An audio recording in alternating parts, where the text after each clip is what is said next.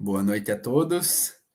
Vamos hoje para mais uma live, continuando a revisão dos conceitos de semiologia. Hoje vamos falar da semiologia do aparelho digestivo. Tem muita coisa que se repete com o exame físico do abdômen, que nós já revisamos em uma live passada, porém, por ser um conteúdo muito importante, que envolve vários sinais, sintomas que são do cotidiano da prática, seja na emergência, seja nas clínicas, nós vamos estar revisando novamente e vão ter assuntos que vão se repetir, mas são sempre bons para ficarem guardados na nossa memória e a gente nunca mais esquecer. Então vamos lá. Como sempre, planinho de estudo aqui tem 20 questões, eu selecionei 10 que eu considerei interessante. E vamos lá. Vamos lá, vamos fazer as 10 questões, fazer os flashcards e depois revisá-los. Sobre o sinal de Murphy, a primeira. Questão fácil. O sinal de Murphy relaciona-se a colicistite, correto. Pielonefrite, não, a pielonefrite é sempre bom saber também do sinal de Jordan. Pancreatite, não. E ascite, também não. Então, o sinal de Murphy, que é a interrupção da inspiração por dor à palpação do hipocôndrio direito, é um sinal clássico indicativo de peritonite local e colecistite aguda. Aqui temos o sinal de Giordano como característica da pielonefrite. Na pancreatite, nós temos o sinal de Gray-Turner e o sinal de Cullen, que estão relacionados a equimoses, que aparecem no manchas, vamos assim dizer, que aparecem no abdômen do indivíduo que está com pancreatite. E a ascite, ela pode ser pesquisada por meio de 3 manobras: sinal de Piparotti, a pesquisa de maciçez móvel e o semicírculo de Skoda. São 3 manobras que também são utilizadas para ascite. Porém, o sinal de Murphy, que é a pergunta da nossa questão, ele é utilizado para colecistite. Então, vamos fazer um flashcard, colocando a definição do sinal de Murphy.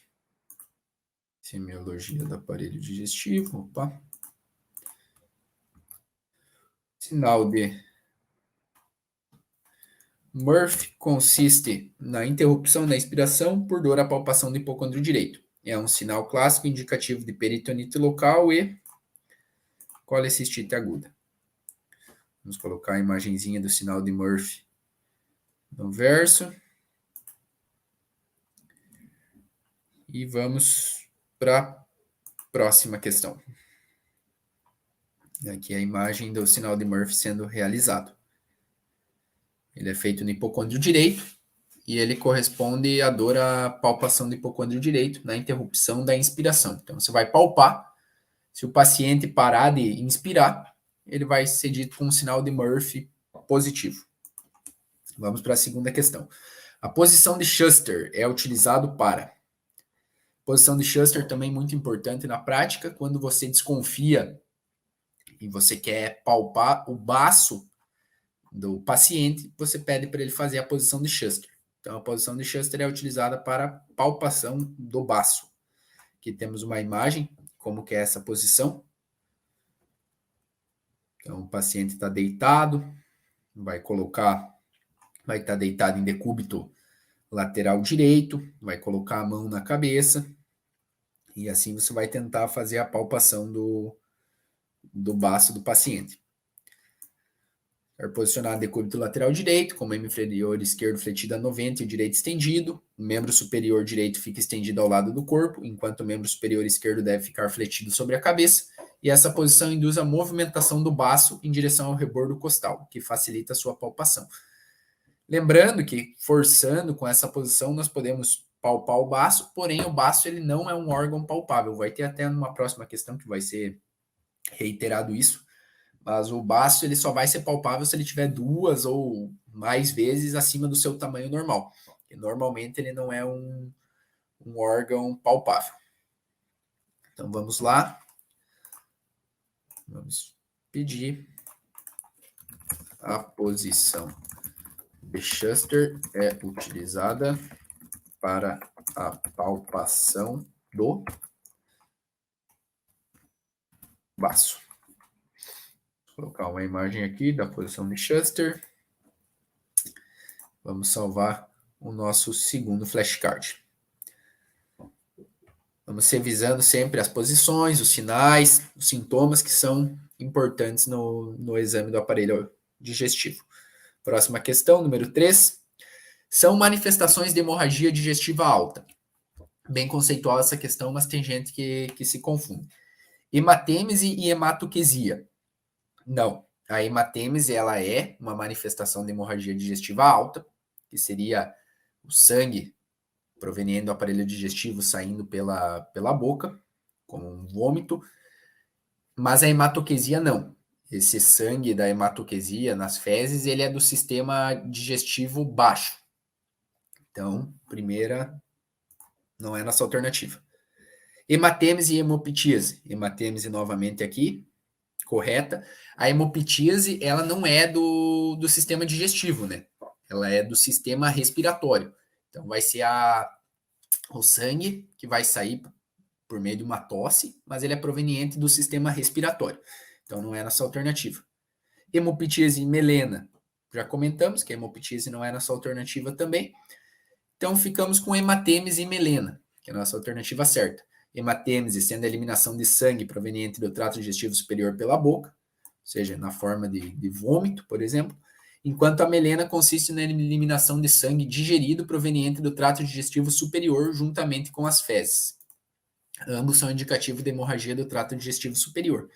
Então, temos a diferença do melena e da hematoquesia, vai estar o melena vem do sistema digestivo alto, hematoquesia do sistema digestivo baixo, e vai ter a diferença na cor também. A hematoquesia vai ser um sangue um pouco mais vivo, enquanto o melena vai ser mais marrom, as fezes com o sangue. Então vamos lá, vamos colocar aqui no nosso flashcard essas definições. Vamos fazer assim, ó, hematêmese é a eliminação de sangue proveniente do trato digestivo superior pela boca, enquanto melena consiste na eliminação de sangue digerido proveniente do trato digestivo superior juntamente com as fezes. Vamos lá. Próxima questão, número 4. Maciez no espaço de Traube, indica provável.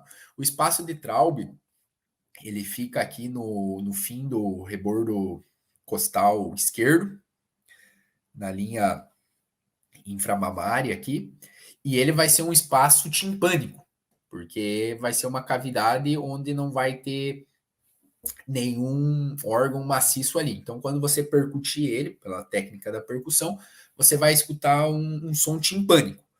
Porém, ele pode estar maciço, e essa maciez vai indicar uma provável esplenomegalia, que é, como eu falei, quando o baço ele é palpável. Em condições normais, esse espaço é ocupado pelo fundo gástrico, que gera um som timpânico à percussão, e em caso de esplenomegalia, o baço aumentado pode ocupar esse espaço, resultando em um som maciço à percussão. Esse baço, se ele tiver ali palpável e tiver aumentado, ele vai estar sempre em torno de umas 2 vezes maior do que o normal.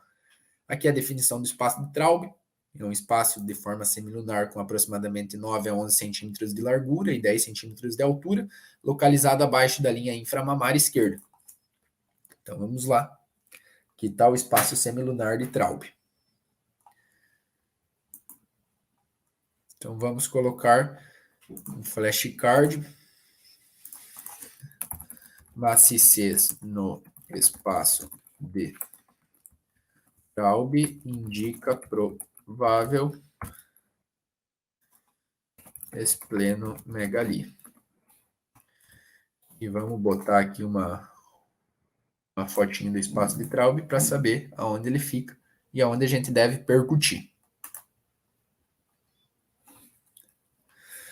Vamos lá, vamos para a questão 6 agora, Doc.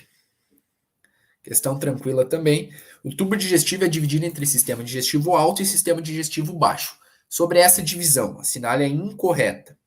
Incorreta. O pâncreas, o fígado e a vesícula biliar são considerados glândulas anexas do sistema digestivo. Essa alternativa está correta, Doc. Essas 3 são consideradas glândulas anexas do sistema digestivo. Como que é incorreta, vamos para a próxima. O estômago faz parte do sistema digestivo baixo. acho que é a nossa alternativa incorreta, né, Doc? O estômago ele faz parte do sistema digestivo alto. Mas vamos ver qual que é o erro das outras. O esôfago faz parte do sistema digestivo alto, correto, e a divisão se dá pelo ângulo de Treitz, também chamado mais facilmente do ângulo da flexura duodeno-jejunal. Nós vamos ver aqui então que essa é a nossa incorreta, e aqui, ó, flexura duodeno-jejunal, que é esse ângulo de Treitz.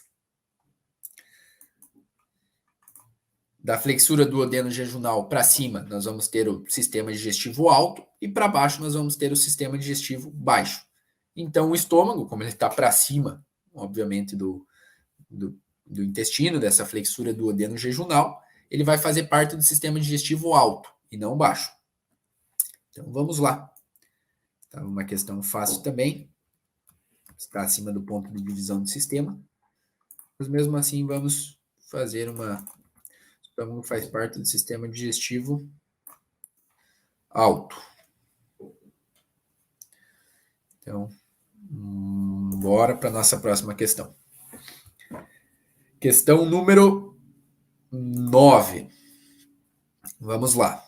São sinais de constipação intestinal, exceto distensão abdominal, evacuações infrequentes, dificuldade em evacuar, fezes moles e aguadas. Qual que não vai ser um sinal de constipação intestinal?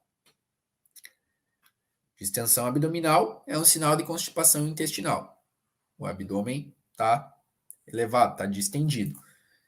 Evacuações infrequentes também é um sinal de constipação intestinal. Dificuldade em evacuar também vai ser um sinal de constipação intestinal.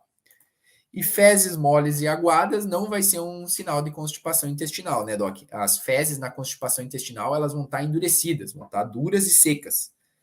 Então, não são um sinal de constipação intestinal. Fezes duras e secas, dificuldade em evacuar, esforço para evacuar, evacuações infrequentes, sensação de evacuação incompleta, que o nome semiológico é tenesmo, e distensão abdominal. E a fisiopatologia da constipação crônica é multifatorial e pode incluir disfunção da motilidade intestinal. Mas vamos lá, vamos fazer nosso flashcard. Vamos colocar isso daqui. Então, sinais de constipação intestinal, fezes duras. Deixa eu deixar 2 pontos aqui para nós sabermos. Fezes duras e secas, dificuldade em evacuar e esforço para evacuar. Vamos para a próxima questão. Agora a questão 10. Sobre diferentes sinais da semiologia. Do aparelho digestivo, assinale a correta. Sinal de Cullen, marcado por equimose na região do flanco esquerdo. Falsa, Doc. O sinal de Cullen ele é marcado por equimose na região periumbilical. Então, não é no flanco esquerdo.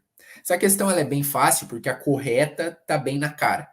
Porém, é legal você tentar identificar o erro nas outras alternativas. E isso vai mostrar que você tem o conhecimento dos sinais do exame físico do abdômen, do exame físico do aparelho digestivo. Sinal de Murphy, dor em região periumbilical. Incorreta também, Doc, já conversamos, o sinal de Murphy é dor no hipocôndrio direito, indicativo de colicistite aguda. Sinal de Jordan é usado para pesquisa de pielonefrite e litise renal, sendo realizado por percussão, é a nossa alternativa correta, como falei, é bem clássico. E o sinal de Jober é feito através da inspeção e da palpação abdominal. Incorreto, Doc. O sinal de Jober ele é feito através da percussão. Então, nós vamos ficar com essa, usado para pesquisa de pielonefrite e litise renal, sendo realizado por percussão com a mão em forma de punho no dorso do paciente, nas alturas das últimas costelas inferiores, que é uma imagem representando. Porém, vamos dar uma olhada nas outras. Sinal de Cullen, marcado por equimose em região periumbilical, é indicativo de hemorragia retroperitoneal e pode ser encontrado em pancreatite necrohemorrágica. Pode ser encontrado também em pacientes com neoplasia de cabeça de pâncreas, Doc. Então é um sinal bem importante, que é a imagem dele, hemorragia em região periumbilical.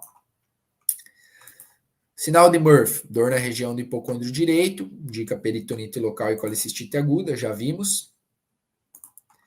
E o sinal de Jober, que é como nós vamos fazer no nosso flashcard, ele detecta a perda da maciez hepática através da percussão. Pode ser indicativo de pneumoperitônio ou de abdômen agudo perfurativo.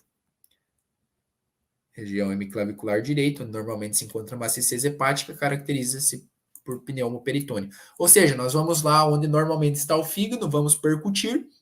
Se tiver uma maciez ali, vai significa que está normal, que o fígado realmente está ali.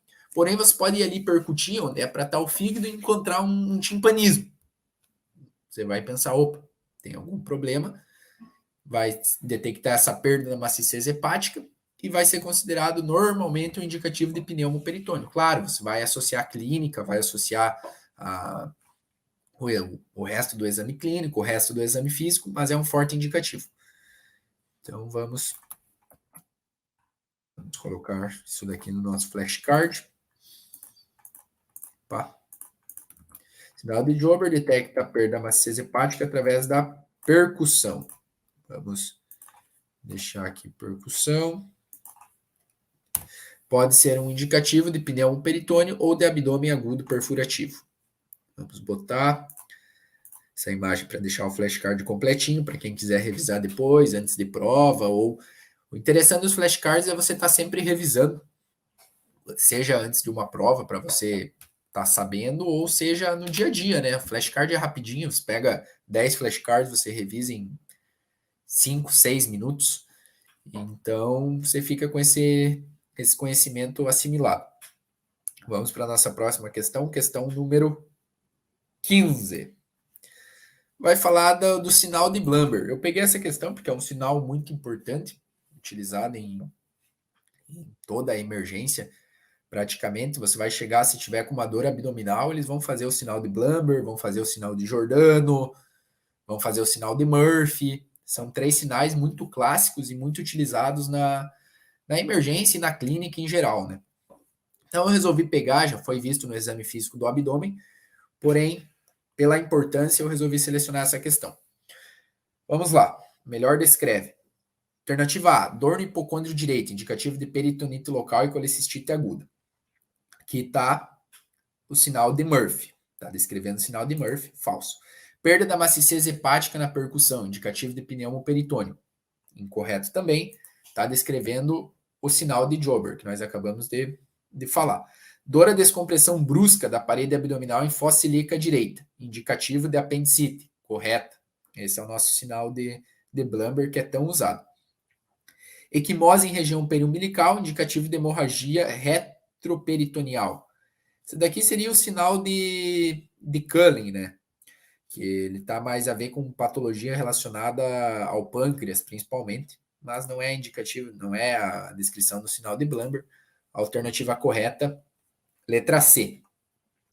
Então, sinal de Blumber, dor à descompressão brusca da parede abdominal em fossa ilíaca direita, podendo caracterizar apendicite.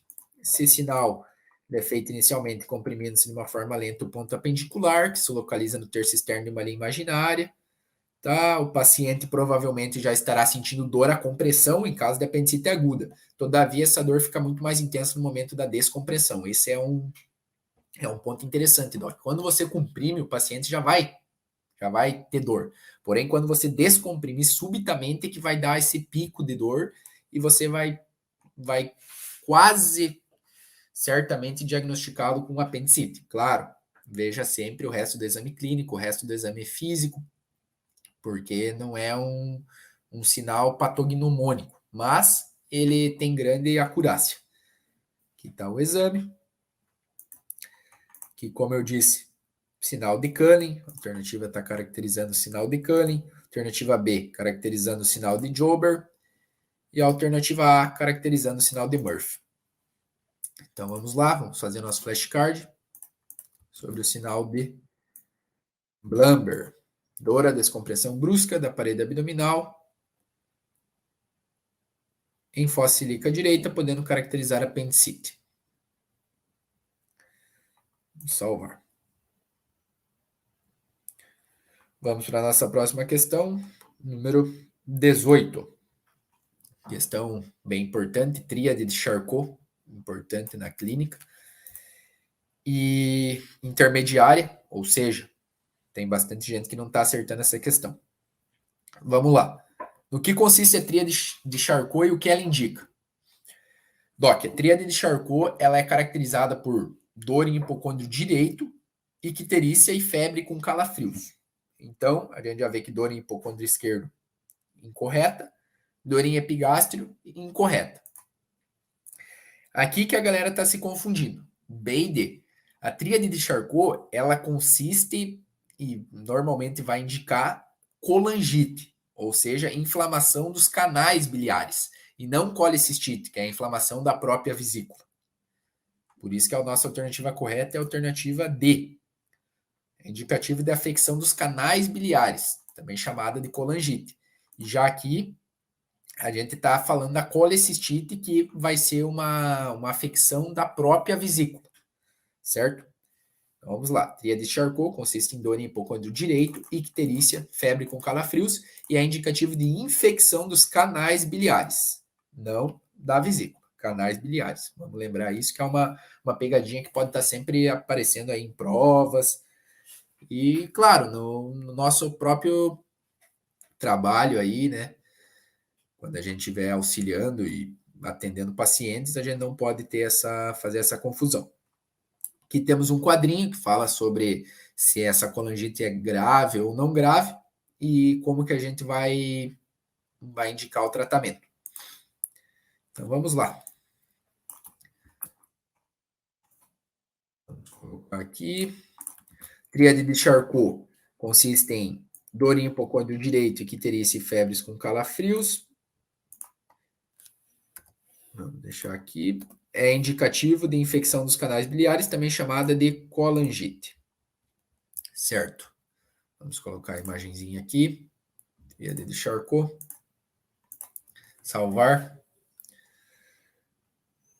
Vamos para a nossa última questão, Doc. Questão número 19.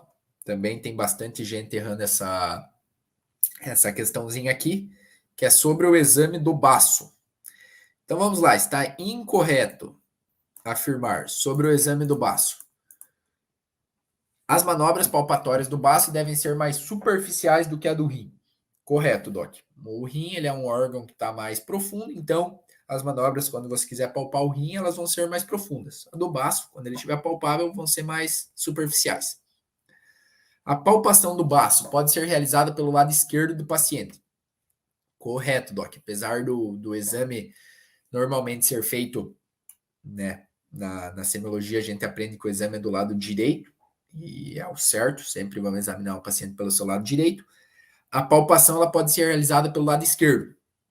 Acabamos de falar aí sobre a manobra de Schuster, que o paciente vai deitar em decúbito lateral direito e você vai tentar palpar o baço pelo lado esquerdo dele.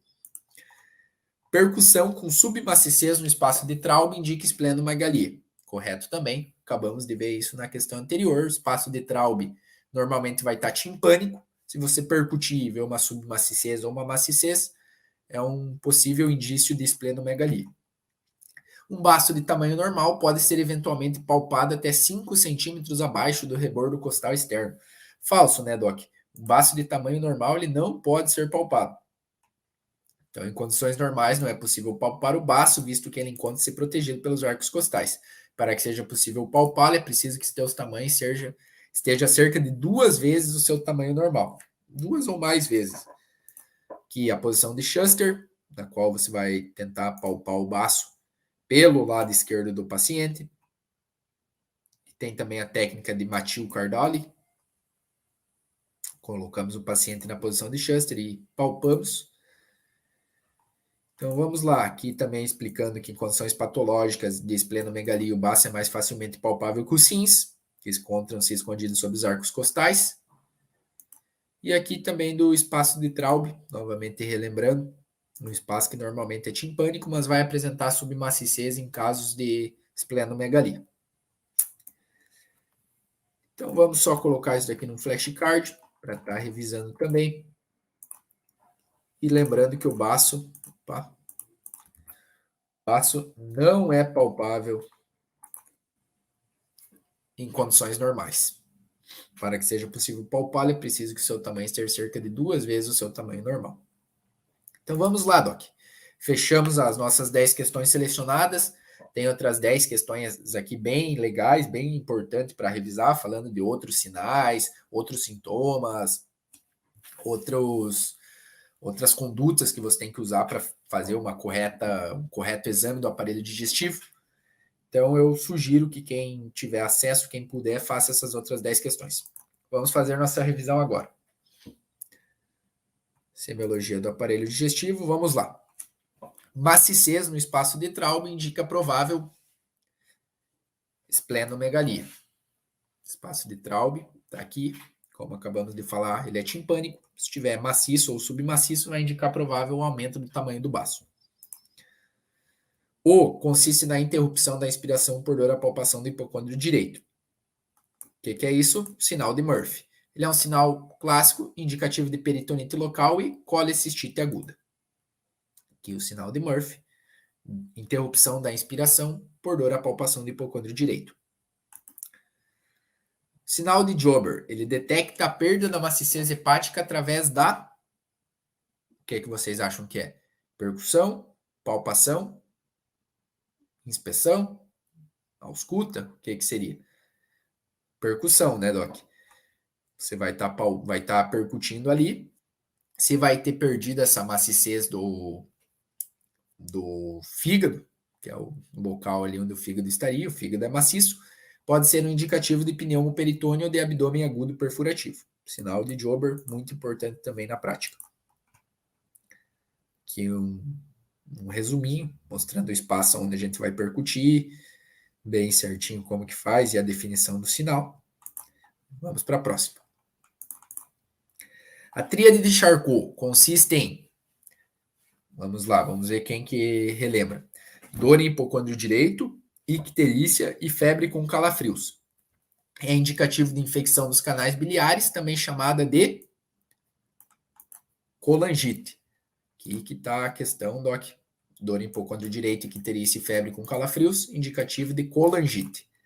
Lembrando novamente, ressaltando, não é colicistite. Colicistite é a afecção da vesícula biliar. A colangite é dos canais biliares, uma infecção dos canais biliares. E também falando de uma questão de se é grave ou não grave, e indicando como que vai ser feito esse tratamento. Mas o mais importante é você saber o que é a tríade e o que ela indica. Vamos para a próxima. O estômago faz parte do sistema digestivo alto, né, Doc? Ele fica acima da flexura do duodeno jejunal, que é a que divide em sistema digestivo alto e baixo. Dor à descompressão brusca da parede abdominal em fossa ilíaca direita, podendo caracterizar apendicite. Qual sinal que é esse? Sinal de Blumber, muito utilizado na prática clínica, na emergência, em tudo que for feito. Em condições normais, é ou não é possível palpar o baço? Não é possível palpar o baço, né, Doc? Visto que ele encontra-se protegido pelos arcos costais. Para que seja possível palpá-lo, é preciso que o seu tamanho esteja cerca de 2 vezes o seu tamanho normal. É a eliminação de sangue proveniente do trato digestivo superior pela boca. Como que é o nome desse sinal, Doc? Hematêmese. Enquanto consiste na eliminação do sangue digerido proveniente do trato digestivo superior juntamente com as fezes. Se é do trato digestivo superior, é melena. Então, hematêmese, melena. Se estivesse escrito aqui eliminação do sangue digerido proveniente do trato digestivo inferior, nós colocaríamos hematoquesia. Então, vamos lá, é sempre bom diferenciar melena e hematoquesia, que também te ajuda bastante na prática de você saber onde que está esse sangramento no paciente. Se é um sangramento mais alto, é um sangramento mais baixo, se é um sangramento de intestino grosso, às vezes no esôfago, no estômago. Vamos para a próxima. Posição de Schuster é utilizada para a palpação do baço. Aqui uma imagem de como que faz essa posição de Schuster. Decúbito lateral, membro inferior fletido a 90 graus, mão estendida, e o médico vai tentar fazer a palpação desse baço. São sinais de fezes duras e secas, dificuldade em evacuar, esforço para evacuar, evacuações infrequentes, sensação de evacuação incompleta, que é o tenesmo, e distensão abdominal. São sinais de constipação intestinal, Doc. Constipação intestinal, também muito presente aí nas emergências. E é isso daí, Doc. Revisamos todos os nossos cartões. Livezinha de meia hora no domingo aí para revisar esse conteúdo tão importante que é a semiologia do aparelho digestivo. Quem quiser, tiver acesso à plataforma, pode continuar aí as outras 10 questões, que temos um plano de estudo bem feitinho aqui com 20 questões, bem importantes. E muito obrigado a todos que ficaram acompanhando aí até o final a live. Abraço e até a próxima.